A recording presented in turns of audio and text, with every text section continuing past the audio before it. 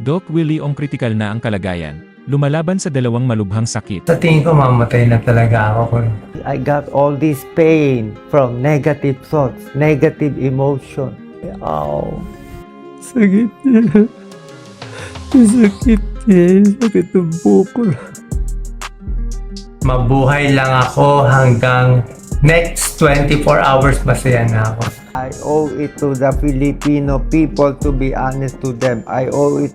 Mahal na mahal na mahal na mahal na mahal na mahal na mahal na mahal ko kayo po. Pero bago ang lahat, kung ikaw ay bago sa aking channel, huwag kalimutan na mag-subscribe at i-click ang notification bell for more trending news. Maraming Pilipino ang nagulat at nalungkot sa kamakailang pagbubunyag ni Doc Willie Ong na siya ay na-diagnose na may cancer. Na-diagnose ang celebrity doctor na may sarcoma na inilarawan niya bilang isa sa pinakamahirap na cancer na gamutin. Si Doc Willie ay sumasailalim sa chemotherapy treatment. Maraming Pilipino ang nagpahayag ng mga salita ng panghihikayat at panalangin para sa cardiologist. Gayunpaman, 2 araw pa lang mula nang ihayag niya na mayroon siyang cancer, may isa na namang hindi magandang revelasyon si Doc Willie. Sa pamamagitan ng isang vlog, ibinunyag ni Doc Willie Ong na naging critical siya sa pagitan ng Setyembre 7 hanggang Setyembre 11, 2024.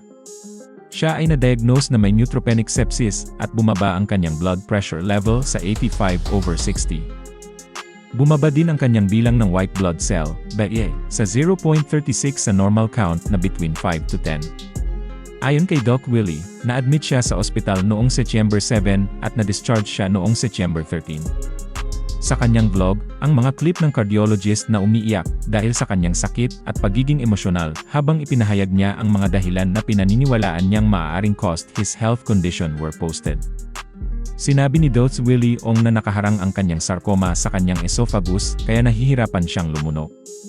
Ibinunyag din niya na hindi kayang operahan ito ng mga doktor kaya inaatake nila ang cancer cells sa paggagamot sa kanya. Ayon kay Doc Willie, kumandidato lang siya bilang vice presidente at wala siyang ginawang masama para mabash.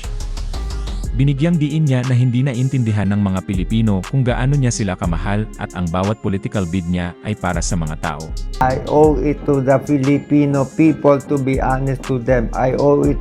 Mahal na mahal na mahal na mahal na mahal na mahal na mahal na mahal ko kayo po lahat. Batay sa kanyang vlog, ang cancer ay matatagpuan mismo sa isang napaka-nakakalito at mapanlinlang na paraan.